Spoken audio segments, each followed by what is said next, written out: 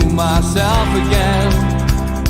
But it's the only way you're ever gonna learn. You look back and it's all in the past. I'm dwelling on the thoughts I cannot say to you.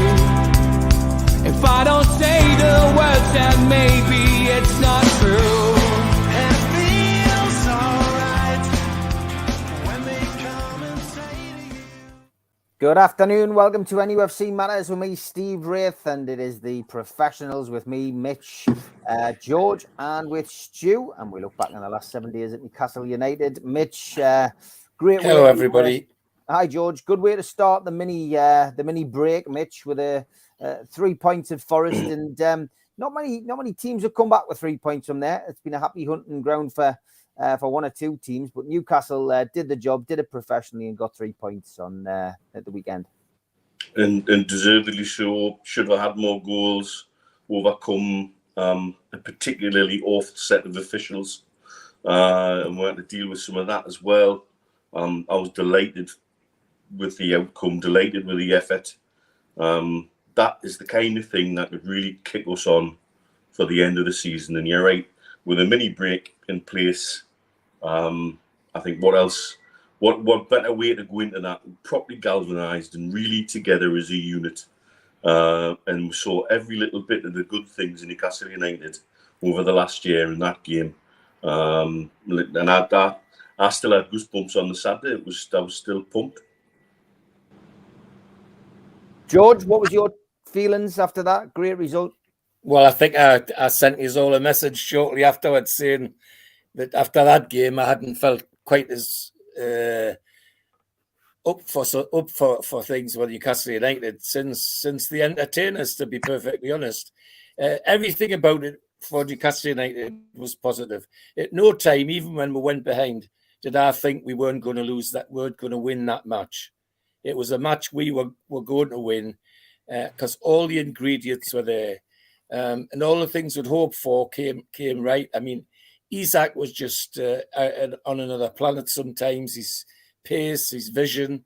Trippier was back to his old arrogant self as captain and leader. It didn't go unnoticed, I'm glad to say, by some of the commentators, particularly Carragher, and about the penalty. The way Trippier hung onto the ball and kept walking away and took all the flack and all the shithousery, as you lads call it, from the Nottingham players. And Isak just stood back and let it all happen. And then what happens when it comes to take the penalty? Trippier gives the ball to Isak and bang, it's in the net before the goalkeeper can decide who's going to take it. That was, that's magic stuff. That really is shows something about our team. And even Neil's absolutely right. We went in 1-1. We could have easily gone in 3 or 4-1 the way we were playing, and could have added to it later in the game as well. It all just continued in such a positive vein for me. Even with the interviews afterwards, when Gary Neville was reduced to asking Eddie Howe, are you doing anything in the next 3 or 4 days? Because I couldn't think of anything else to say. To which Carragher and Kerry Dalglish just burst out laughing. I mean, it was lovely to see, and glad it was us for a change on that positive side of things. We got the wrong end of the stick on an offside decision, which everybody and their dog, whether they're professional or not, said it wasn't offside. The only people who thought it was offside were VAR and the guy on the pitch, who made another dreadful decision today, by the way, for Blackburn. It was just everything about it, as far as Newcastle United were concerned, was extremely positive. One or two downsides, well, the over-aggressive attitude of the Nottingham Forest stewards to our team, celebrating the second goal and celebrating with the fans at the end. I thought that was a bit over the top. I mean, you've got to be careful about the players getting involved with the fans, but there's a way of doing it and hauling people out the way they did, because at one stage it looked like Shaw might be going to one of them the way he set himself. But they're the odd things that happen, and the enormity of it, as it was discussed just before the game, was that's a team that hasn't lost for 9 matches at home. And we ended a 9-match run. How galling must that have been for them? And you could see how deflated the manager was at the end. He had the good sense and honesty to admit that they were beaten by a better team, and that's it. So yeah, hairs on the back of my neck, hairs on my arms were standing an end right up until I went to bed on Friday night, and again on Saturday morning. It was just great. Absolutely wonderful. Stu, wasn't 3-1, but you'd settle for that. Yeah, definitely. Well, since we did the show last week when the two Mitchells left us to fly solo, if you recall, I bigged up Joe Willock, saying his absence was going to had been a big miss, with his ball carrying and excuse me, his energy, etc., and his directness. And I think he epitomizes the Eddie Howe work ethic and the mantra that's put to the squad. I think if you could pick one player that shows what Eddie Howe's trying to do, it's Joe Willock. And, his potential is really, really good. All he needs now is more consistency. But he's been fantastic the last 2 games. Yeah. And it shows how much we missed him in the cup final. He didn't start, he come on, he wasn't fully fit. Had he been fully fit, that could have been different. But as we all know, if's a very big word. But there's a few shout outs to other players. I want to say Murphy against Wolves, especially the first half. I thought he was magnificent. His crosses into the box, and you've got to put it in the mix. And that's what Murphy does. He gets the ball, he wraps his foot around the ball as well. He's got a different technique. It's probably an orthodox technique as we know it, but these days it's unorthodox, getting your foot around the ball and crossing it over. But he does it very, very well. So to me, you see he's put his time in to do that. And young Elliot Anderson, I thought when he come on, he was fearless. And he deserves a special mention. Yeah. And we do have without putting too much pressure on, we do have a potential superstar coming out of the academy. Although he's a young lad, he played very, very well. He played like an old hand, didn't he? And he knew his role, and he released the ball at the right time. He took players on at the right time. And what he was saying is, look, trust me. I think that's what he was screaming for that whole second half. And without making comparisons to the person he replaced, it was chalk and cheese, wasn't it? And then we'll have Botman, who I think would be in most people's team of the season for the Premier League. I still think it's playing on his mind that he let us down for the 3-1 against Wolves when he missed that sitter at the end. But the question I'd like to ask is, when he passed that ball back, the Forest player was offside, was he not? But that doesn't count because Botman passed it. And then there was a goal disallowed for Newcastle. Yeah. Forest. So, I mean, that is the consistency or the inconsistency that's only consistent. And the last player I want to mention is Isaac. And I don't say this lightly, but he's got all the attributes to become a Newcastle United legend. He really has. And I hope he fulfills it. His control, his awareness, his vision, his touch, everything about him. And it seems that when he first came, he wasn't within the clique, within the squad. He was like an outsider trying to get in. And then he had the injury.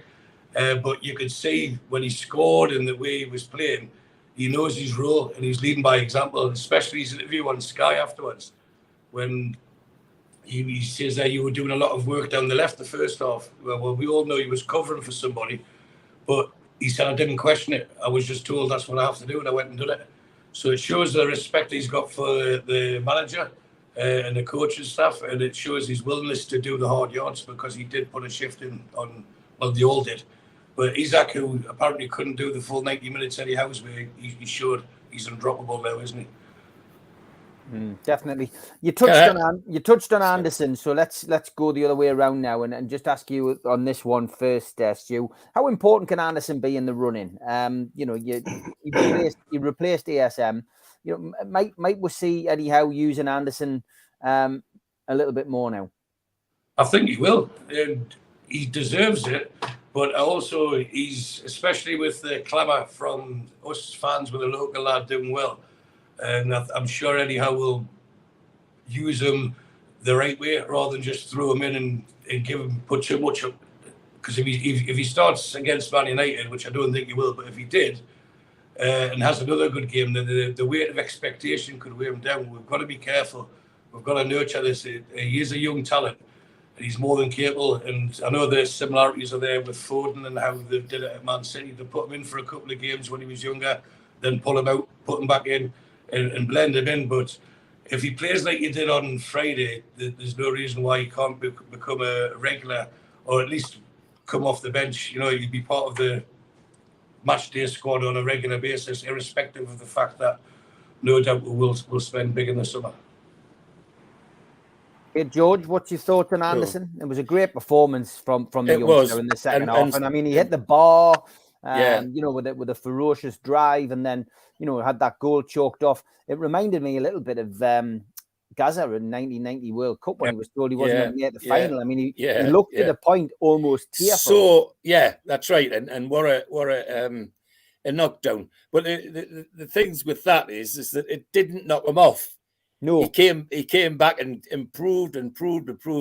And I think Howe said it himself in the interview about him. And wasn't it nice to hear Carragher and Neville saying what a good player Elliot Anderson was? Nobody seems to have heard of Elliot Anderson, yet suddenly they all know of Elliot Anderson now, and that's wonderful for me. But the other thing is that he didn't let it affect him, and he got on and did the job, just like Botman, who made that absolute clanger of a back pass. He didn't let that affect him either, because for the rest of the game, he didn't put a foot wrong. Now, that's all about what's in that team, what Howe's ingrained in that team, and what Trippier manages on the field, you know, telling them to get on with it and forget this and do that. But I think Elliot Anderson has to be counted as a possible starter for every game now. George, sorry. Before, regarding Botman, sometimes we'll forget because his performances have been of such a high standard. He's still a Ben. He's only 22. You know, he's not much older than Anderson. That's right, absolutely. Which makes it even more incredible that he can forget it and get on with it, like an old hand. No, I would have Elliot Anderson regard him now as a possible start at any game. Howe also said in his interview to Neville and Carragher, one of the pluses for Elliot Anderson is he can play anywhere. He didn't say anywhere, but he talked about how he could play wide, how he could play midfield, how he could go up front, and that header, it showed he could play up front. But even Howe said, well, the beauty is he can play anywhere. Well, for me, after that performance on Friday, easily regard him as a possible starter, whatever match we play. Mitch Anderson, we've talked about him. He's only a young lad, 20 years of age. You know, a lot of pressure can be piled on him. The Geordie Maradona is the song that they sing about him, you know, but he looks as if he's starting to, starting to grow his wings. The one word I would use about his performance was mature. Mm-hmm. He knew what his role was. He executed it perfectly. He looked a threat going forward. He worked coming back over.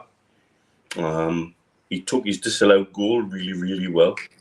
There's a picture of him, Byrne, Murphy and Longstaff, the four Newcastle fans as kids, running to celebrate together. And it's just such a shame that got choked off, because what a picture that would be forever for his first Newcastle United goal, you know. But like the lads have said, he didn't get knocked off his stride when that happened, because some players can go into that shell. In fact, quite the opposite. It probably looked like it spurred him on a little bit. I was saying on the Amigos on Friday, out of the potential injury crisis that we had, that's the picture. It's fantastic, isn't it? The one thing that could come from it is Elliot Anderson could lay down a marker. By God, has he just laid down a marker? and he's put himself into the mix. He could fill any one of 5 positions on in the squad, and I think that hot 45 minutes for him really does chuck him into the melting pot for every game going forward to the end of the season. I love to look at Newcastle United's Twitter line when the team aren't playing, and when Newcastle have got the points in the bag, and then it becomes all about those other teams. And in days gone by, in recent years, it's always been about, it would have been looking at Bournemouth, West Ham and Everton's results. But now we're looking at Manchester United, Tottenham and Liverpool, Mitch. And the Spurs game, a lot of people in the chat asking about Conte. I mean, they were 3-1 up. They were comfortable. Finished 3-3. Newcastle have got 2 games in hand on them now.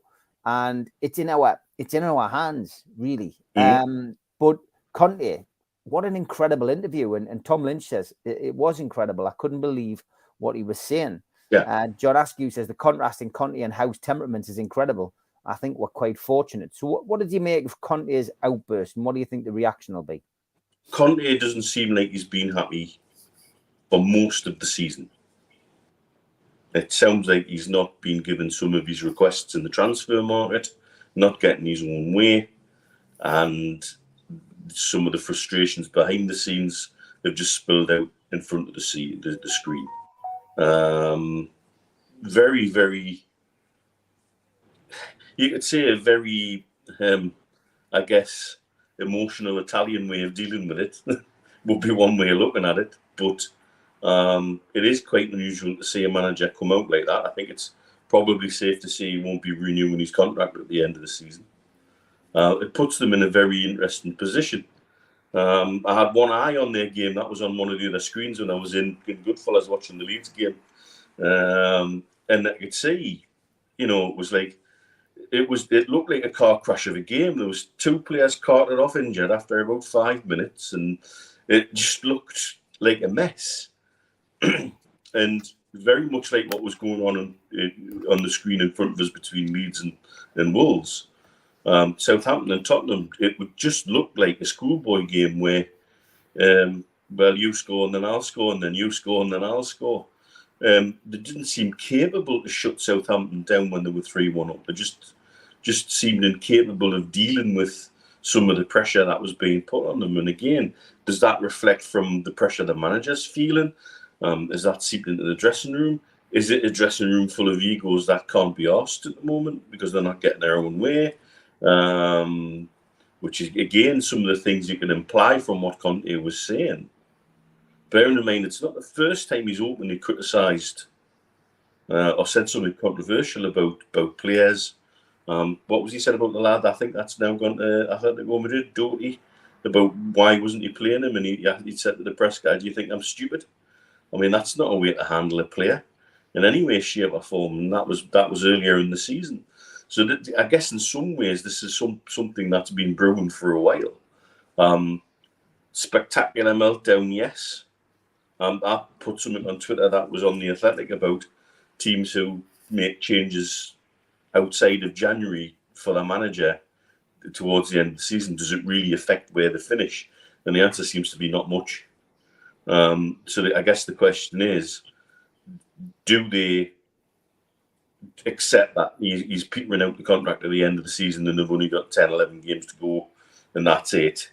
Or do they try and inject some new life into the dressing room by getting shot at Conte? But who would come in there on a short-term basis to manage that? And I've seen plenty of say, "Oh, well, Pochettino this and Pochettino that." Would Pochettino want to go back to pick up somebody else's rubbish there? No. I'm not convinced. I think they're in a very, very unenviable position. And you see the way their fan base has been going on of late. That's everything we get accused of. Expectation, demanding league position, demanding this, demanding that. It's everything we get accused of unfairly. And also then you've got to reflect on how impactful that could be for Tottenham's financial position, which can't be easy at the moment. That they're close to $1 billion in debt. That debt still needs to be serviced. it serviced better with Champions League money in there. Have they not got shot at Conte because they're realising from an FFP perspective it would cost them a hell of a lot of money to do so, even though he's got a short period of his contract left and everything that it would cost to get rid of him and his backroom staff and bring someone in on a short-term basis and then possibly bring someone in after that means, are they looking at it like, well, no, we're stuck with this now till the end of the season and let's just hope we can get through to wherever. But it comes back to, from our perspective, Chelsea are pretty much out of it in 10th. Tottenham are in disarray. Liverpool aren't as effective as they have been over the last few years. Man U, I see, is beatable. We've never had a better chance to breach that top 4. And I think now is the time where we must be using this break in Dubai to galvanise everybody, get the mindset right. The other factor involved here is we now only have to concentrate on one competition, and everybody around will have other competitions with one eye on. And again, that's helpful, very helpful to us. And so I think we really are looking at a very big opportunity, and Conte's meltdown shows what our emergence is starting to put.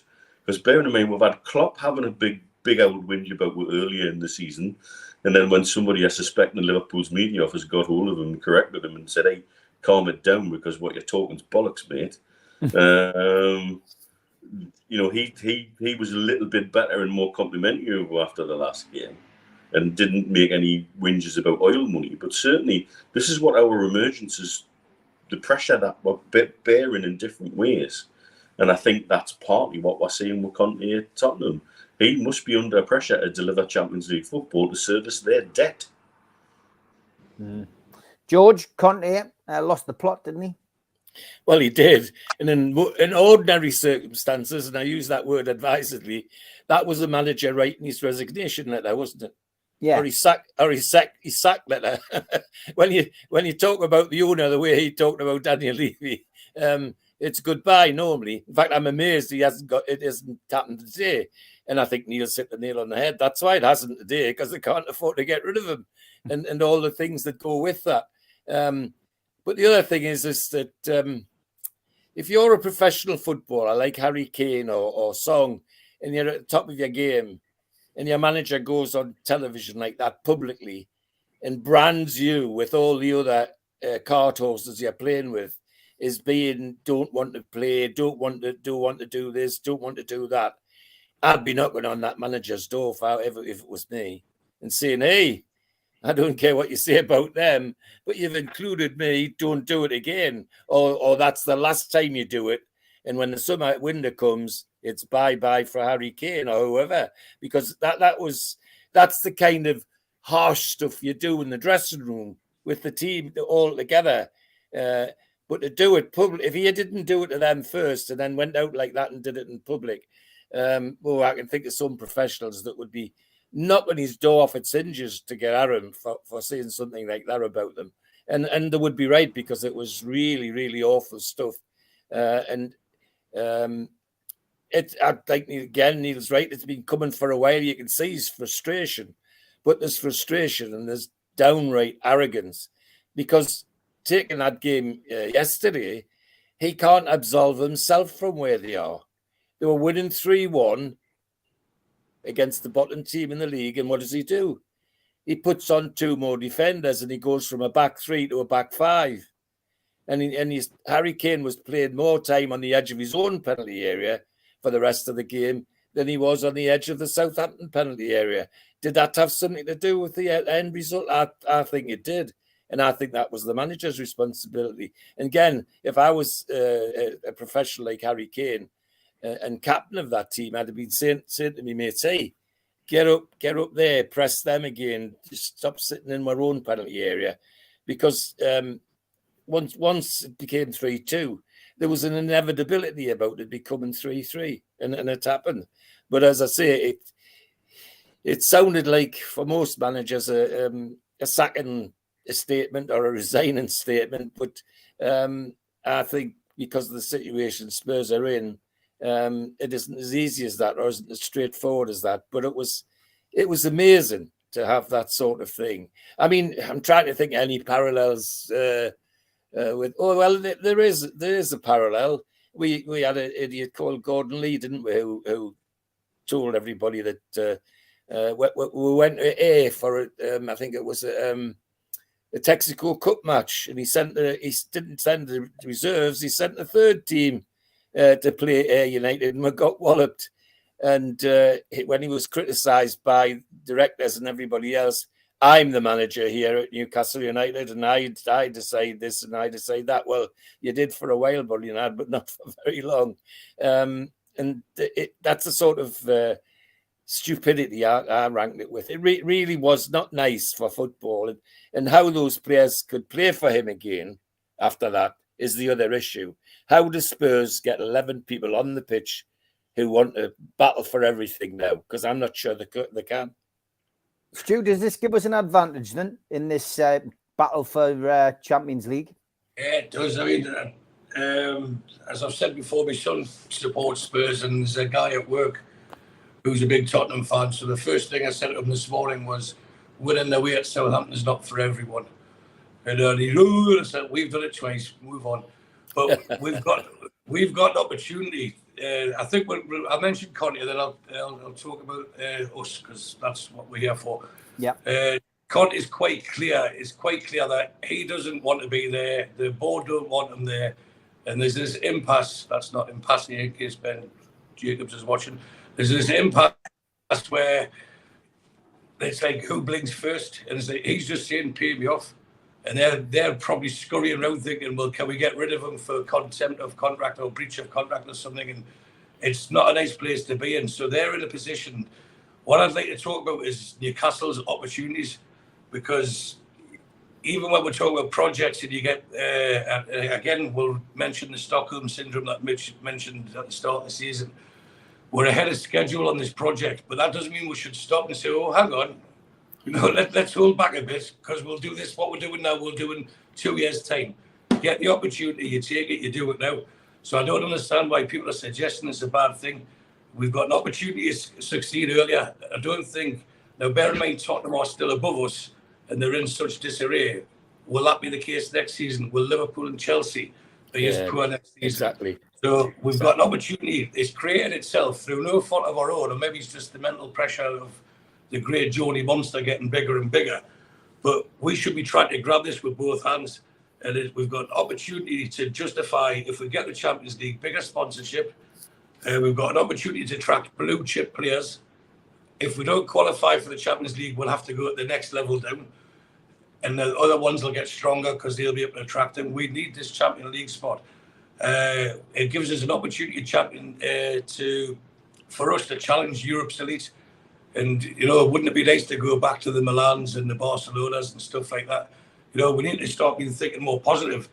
And also, if we get Champions League, it would starve one of the corrupt six of their much needed Champions League money, because we don't need it.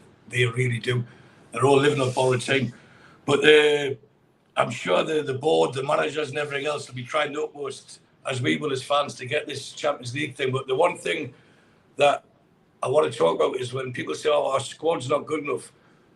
I've wrote a few things down today, so I've got them written down here, just about why I think we can get Champions League. And I'm not even talking about fourth, it's possibly even third, because we beat Man United in our next game, we go above them. So why shouldn't we have, and we've got all the top teams to come to us, we've played them all away.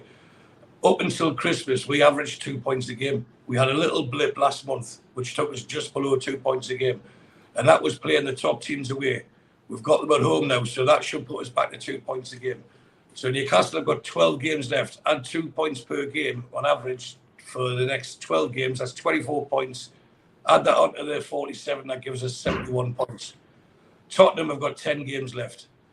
Okay, so for them to come ahead of us, they would have to get 23 points from those 10 games. That means they'd have to win 7 and draw 2 and only lose 1 of those 10 games. Can any of you see Tottenham doing that? No. The way they are at the moment? So that should put us above them. And I keep saying if's a very big word, but we are capable of doing what they do. The momentum's with us now. You know, we've went into this break on a high. The players will come back refreshed. They'll know what they've got. And then Liverpool, who is their God-given right, apparently, according to most of the press, they should be in Champions League. They're 5 points behind us for the same games played.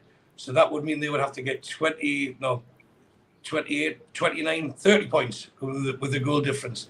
They would have to get 30 points from their potential maximum of 36. And their next 3 games are Man City, Chelsea, and Arsenal. I don't know which order. So can you see them winning all those 3 and not dropping another game for the rest of the season? This is in our hands.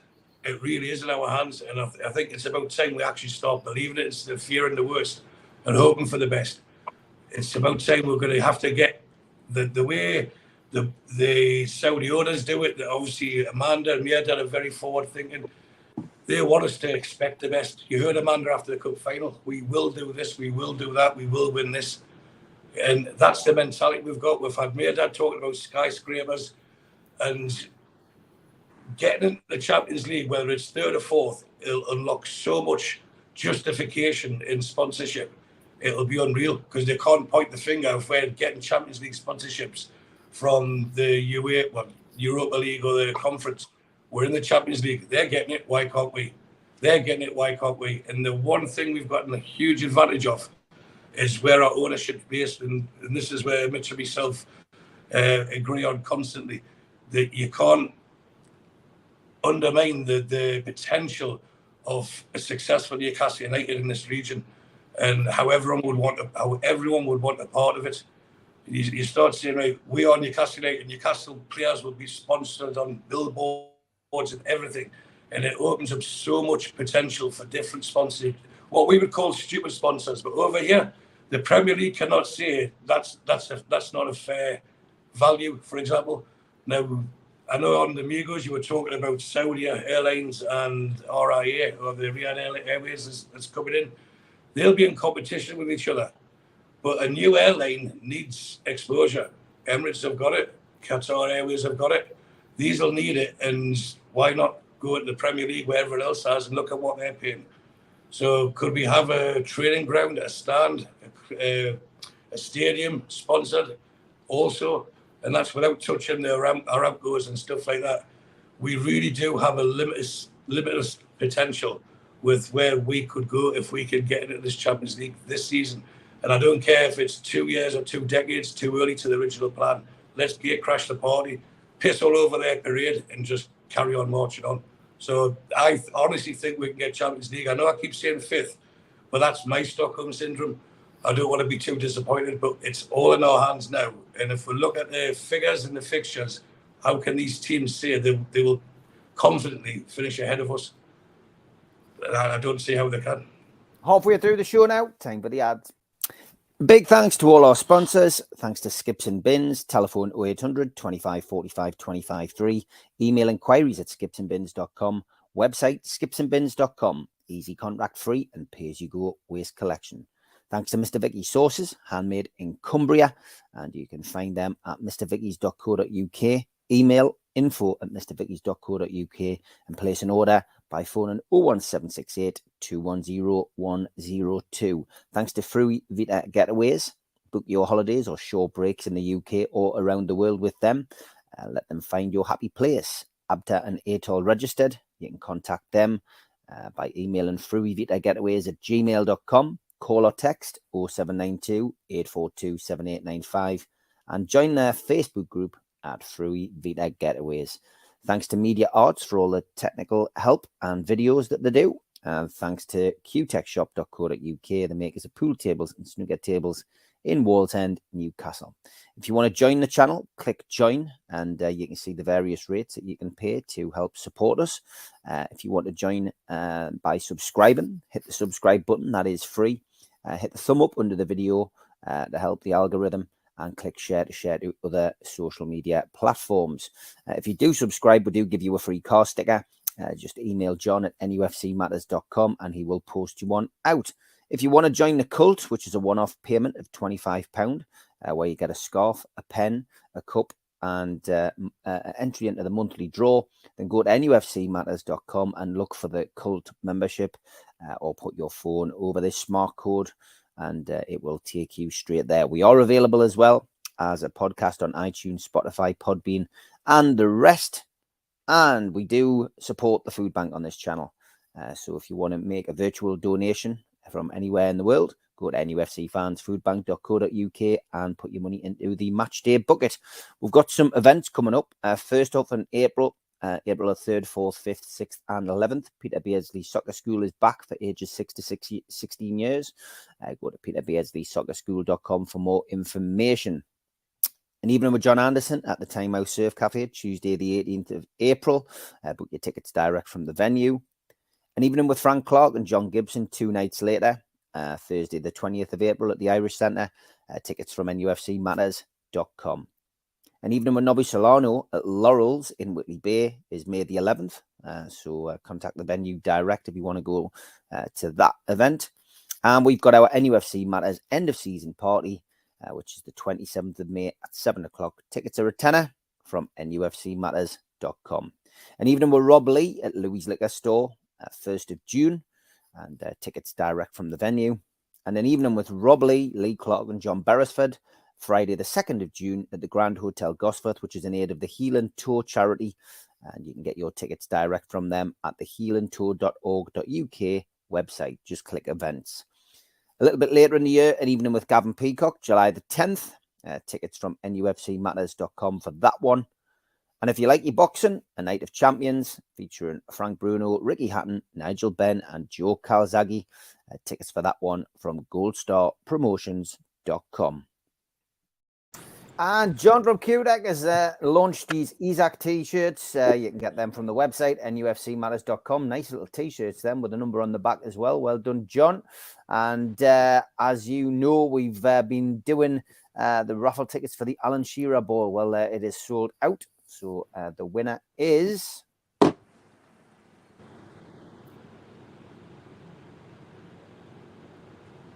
winner is William Armour, and that is order... it was quite quick that. I'm going to do it again. You should know your name, William. 2867. There you go. So if you've got order 2867, you are the lucky winner. John will be in touch and we will get that ball sent out to you in due course. Okay, there was a question asked before and I think I did manage to save it. In fact, there was two. So Mitch, I'll go with this one first. Obviously, we've got injuries. We've got injuries to Anthony Gordon. We've got injury to Almiron. ASM, not firing on all cylinders. We've already mentioned Anderson. Still quite young, but starting to come to fruition. But Fraser, he's exonerated from the squad at the moment, training with the youngsters. Would you consider bringing him back in, says Strawberry Corner, if you can make amends and with Eddie Howe and the team? Based on Elliot Anderson's 45 minutes, no. Right. I'm quite comfortable without him. If Howe feels half around the first team squad is too disruptive, we don't know the ins and outs of what he's been involved in. I've had a couple of things suggested. And if he feels that he's better off away from the first team squad, stick with the manager. George? Well, he's Fraser no. He's got a record for it, hasn't he? It's not just Newcastle United. He did it at Bournemouth. And I was amazed when Eddie Howe sort of said sorry and brought him in. It looked like a good idea because at first and odd times he's looked good. He's looked at danger, especially when he's been playing for Scotland. He's been knocking doors out the windows. But if you've got an infection in the dressing room, the only way to get rid of it is to kill it off, and he's done that. So why go back on that now? It would undermine everything he's done. I'd rather that we were brave enough to allow one of the youngsters that's knocking on the door. There are two or three who seem very close to getting a game. I'd rather risk one of them than go to a has-been like Fraser. Stu? Definitely not. Keep him out. And if you look at how the squad have reacted to it, to me it was Eddie Howe drawing the marker in the sand, the line in the sand and saying, I'm the boss here, my way or the highway. And he's done it to someone, and it might have just psychologically or subconsciously, shook up the rest. And you see how they performed in the two games since this has happened. And to me, it's made this squad tighter. and thinking, right, we really do need to perform this. But you could see on Friday how the unity was there, and I was very envious. I wasn't in the way end because it looked like it was fantastic on Friday night, didn't it? Yeah. It looked brilliant.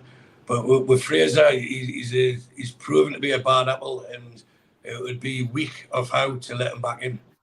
He gives everyone a chance, even the ones that he thinks shouldn't. He always praises them in his conferences, but when he says you're out, that's it. So I don't think it was just a one-off, and it was a knee-jerk reaction. I think he's just been on the last line, and whatever happens behind the scenes, you can see if you've got a negative influence there, it can affect people. Take him away and back the manager, which obviously they have done, and he'll be gone in the summer. Slight issue there with the internet, but we got you back. Gregory says, I'm a Forest supporter. Can you recall Chris Wood back, please? No, you can have him, mate. You can have him. I do miss him, man, Gregory. I do miss him. He got some vital goals for us. His performances were very important to keeping us up, mate. I don't knock Chris Wood on this show. I know a few people do, but I certainly don't.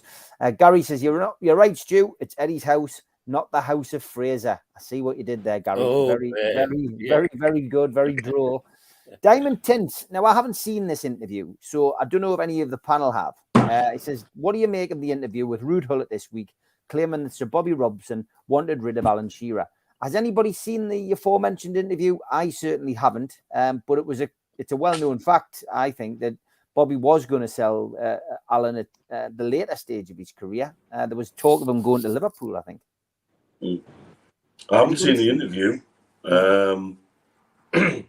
But isn't Gullit learning something from Graham Souness about being a former Newcastle manager that has failed, and a bit of revisionist history doesn't go down too badly when people in the press, particularly in this part of the world, because he still does quite a lot for beIN, will just lap it up and let him say whatever he wants, and then eventually, if you say it enough, it almost becomes fact, the way Souness did. Because he used to spout some awful tripe out here and be allowed to do it without any correction. So maybe they've been comparing notes in a beIN studio somewhere. It's all about deflecting from the fact that he got it wrong at Newcastle United. He underestimated Newcastle United badly as a club and as the fans as a fan base. And he disrespected everybody. Then admitted he did, walked away and resigned. And now when anybody asks him about his time there, it becomes somebody else's fault. And at the end of the day, like I've said many times before on here, interviews like that become tomorrow's chip paper. So move on to that. George? I haven't seen the interview and I'm not too bothered because there's another international player who are regarded very highly. I hardly regard at all now because of his time at Newcastle United.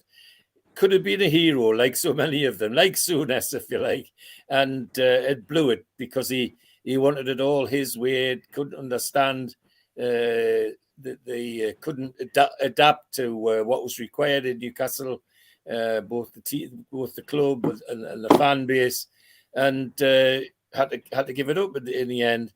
And Neil's absolutely right. It's amazing how these people go away and suddenly find excuses or able to blame other people for everything that went wrong. The reality is, Mr. Sexy Football, it was all your fault. There's nobody else to blame. And you blew an opportunity to be a hero here. The other thing I don't like about it, if it's as you say, him talking about Bobby Robson, what Bobby Robson would have done or might have done. Here we are, as an ex-manager talking about an ex-player who obviously wasn't there to defend himself, and an ex-colleague who's now dead and can't defend himself. Isn't that wonderful? Doesn't that tell you a lot about Ruud Gullit, about what sort of person he is? Nobody can answer back, so he'll say what he likes. Well, it just confirms to me that why he's not welcome here anymore. You? I'm going to mention 3 people that aren't the most popular on Tyneside and beyond.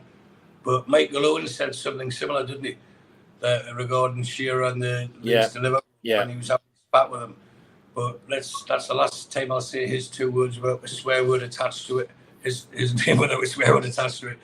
But regarding Hullet, I haven't heard it, haven't seen it. I won't look to find it because I don't believe Bobby Robson would have rang Hullet up to confide in him or to get his opinion on anything like that. So it's just regurgitating old stories. And Hullet, if we're mentioning Souness, if you can couple them together, and there's 2 reasons why they didn't succeed. The first one is they both came in with massive egos, thinking they were better and too big for the club. And secondly, they underestimated the size of the club.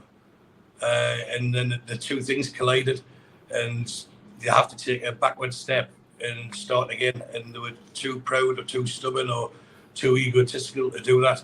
So anything that Hullet or Souness says about Newcastle, I just tend to ignore anyway, because they're not going to say it in a positive light, because it reflects that they failed there. And when you have egos the size of theirs, they'll never admit that they failed. It's always the fans' fault or the players' fault, just a bit like what Conte is doing at the moment.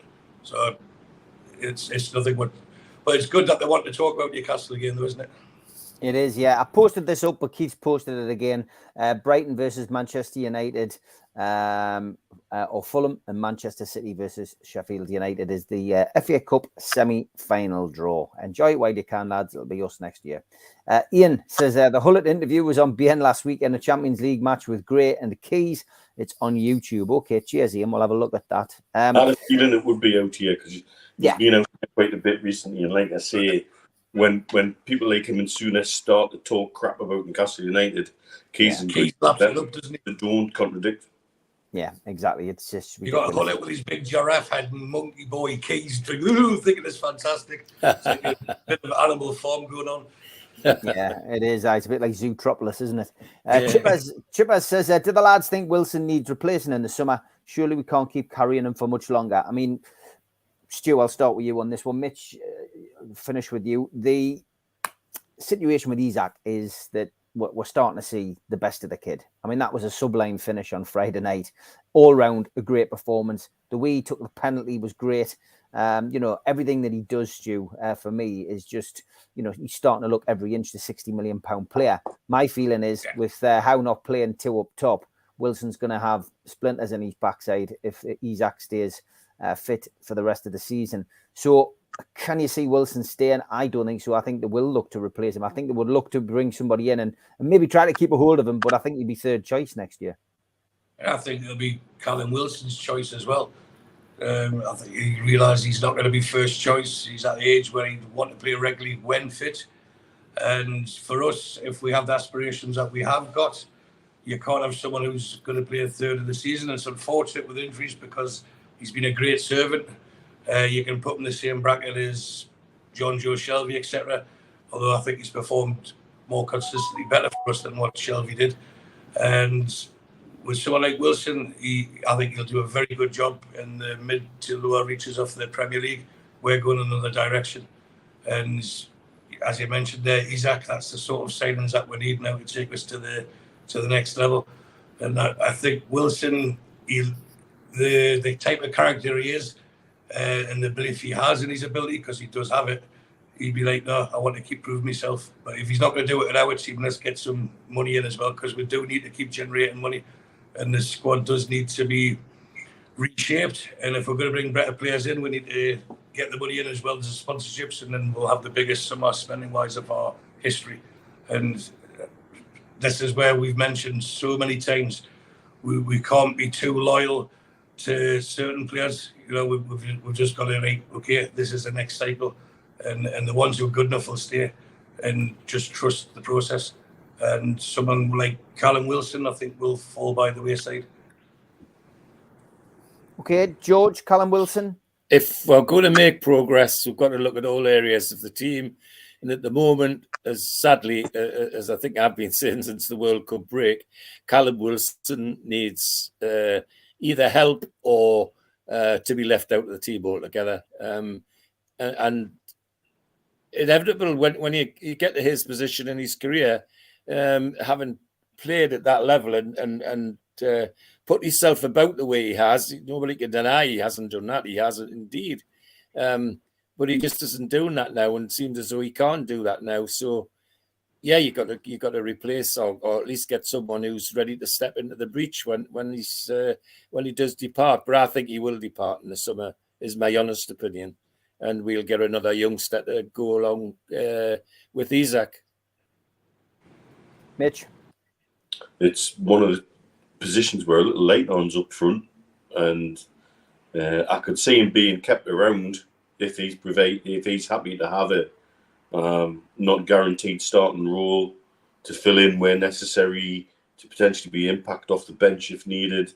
And if he's happy to do that and can keep his attitude, because his attitude's very good, he's still trying to play with a smile on his face and keep the head up, and certainly doesn't seem to be anything other than fully integrated in the squad.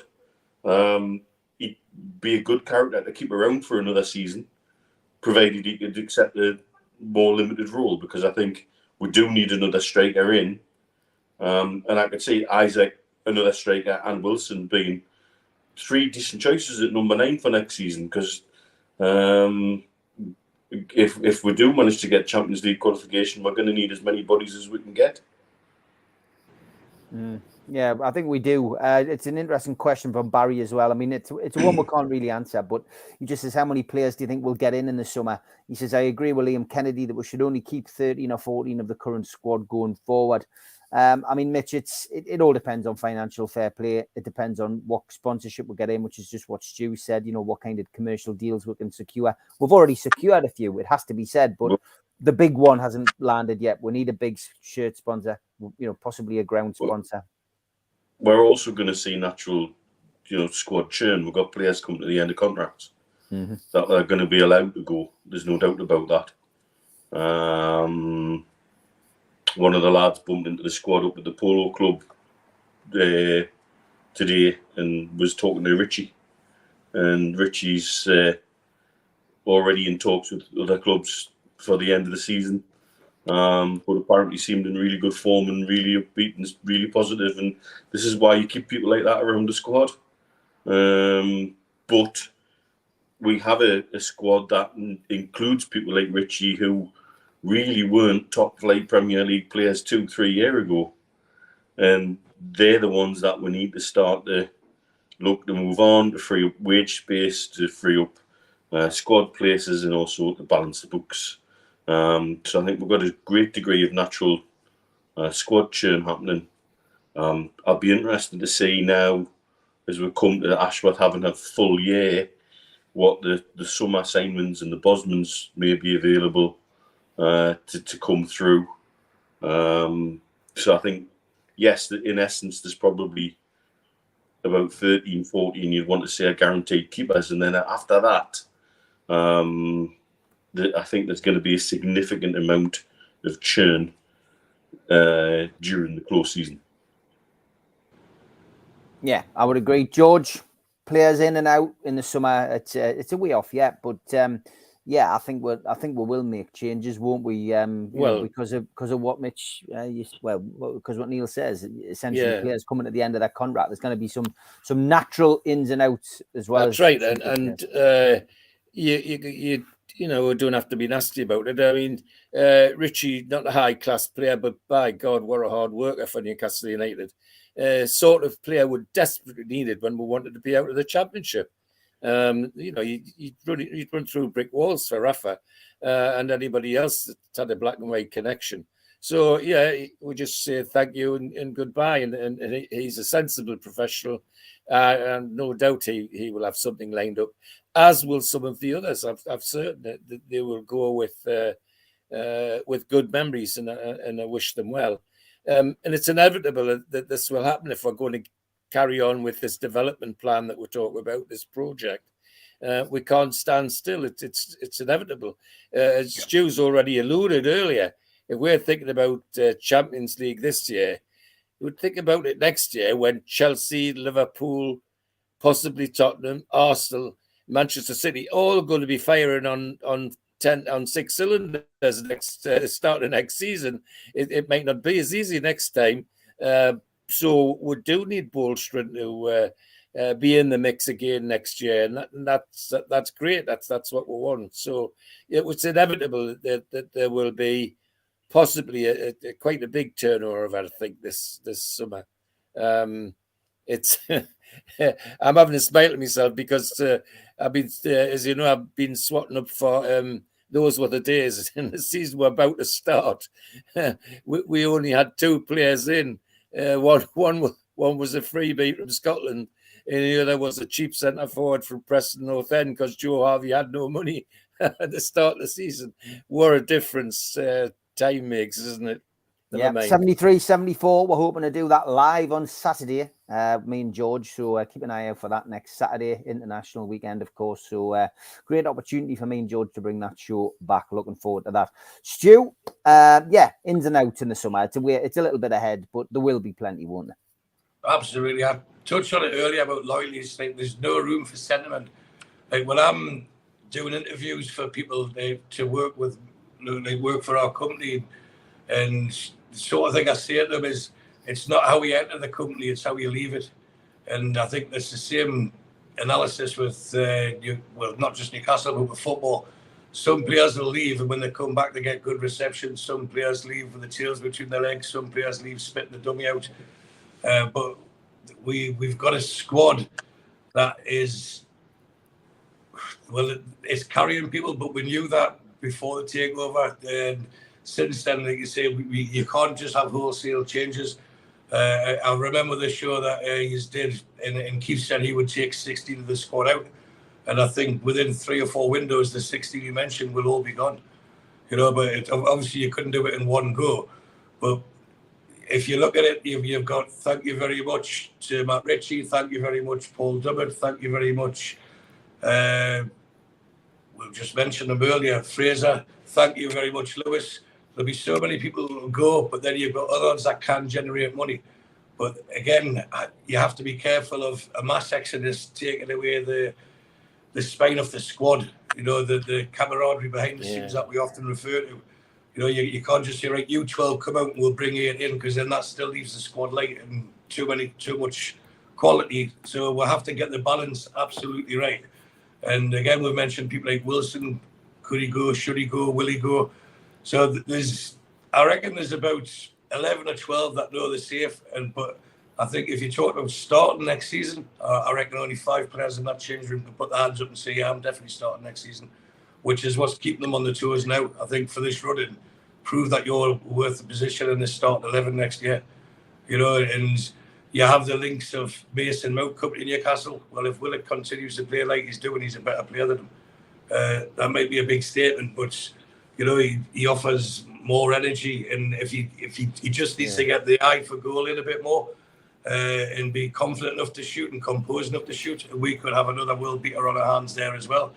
And when you bring in quality in, it raises the bar as well with the players that are out there. We've seen that this season with the likes of the Longstaffs and the Burns, the way Shaw's improved playing alongside someone like Botman. They all have got better, but we need to not just settle for that. We need to continue increasing, because we're still, although we're on a fantastic season and we may very well pip the others for Champions League spaces, this is a one-off season that we need to turn into a consistently regular occurrence of qualifying for the Champions League. So we definitely do need to let's say, shed some squad members. I don't like to refer them as deadwood, because the majority of people in that squad got us promoted, kept us up. But where we're going, they'll know themselves the limits of their own ability. And now the camaraderie's there. You've got natural leaders in the dressing room. You have the Brunos there that are leading by examples. You've got Trippier that's leading by example. This is the bar that we need. This is the sort of signings that we need to bring in. And if you can nurture a few young ones through the academy and then bring more in, we're in a fantastically good place at the moment. And I honestly believe, although I've been getting myself a bit excited because I like to be positive, if and when we beat Man United in our next game, I think the whole fan base will believe that we can get Champions League. and anyhow we'll keep the players' feet on the ground. So combining everything together, Steve, yes, there's a lot of people that need to go out, but we'll be so much more attractive. Everyone's watched what we've done over the last 12, 15 months, and any player worth their salt thinks, I want to be part of that. And I genuinely believe as soon as we get Champions League, we'll sign Maddison. And I've been saying that for the last 2 transfer windows. I think we'll sign Maddison. And that's just the icing on the cake. Get the Champions League, we want to come to us. And you can imagine him playing on the right forward side, alongside Isaac and alongside, say, Gordon on the left. You've got pace, you've got guile, you've got skill, you've got finishing ability. And then, you can build yourself around the team. And then there's players in that team now that will become squad players. And that's what you want, because these squad players this season have shown that they're worthy of being in the top 4, 5, 6, 7 places. We can get stronger very, very quickly. And as I said earlier in the show, we get the Champions League, it'll open so many doors for sponsorship and attracting new players. So let's keep it coming. We'll have joy, we'll have fun, we'll have Milan on the run. That's definitely where we're going, lads. Thanks, as always. Great to have you on, Mitch, Stu, and George. Look forward to seeing you again soon. George, I'll see you tomorrow night for the Fans Forum if you're available. Certainly will. Yes, I'll be around. We will be here at 6 o'clock tomorrow night. Join us then. Take care. Take Cheers, care, everyone. Yeah, Enjoy your evening.